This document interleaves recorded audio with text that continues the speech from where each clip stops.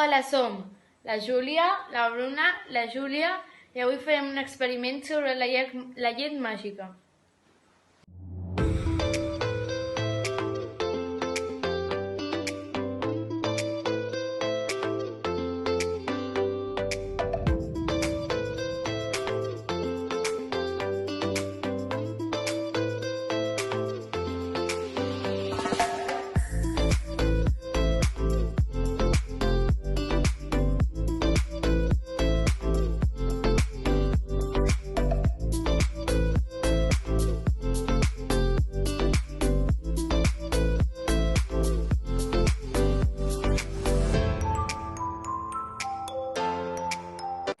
Aquesta explosió de colors que observem en l'experiment no és més de la reacció entre el greix de la llet i el sabó.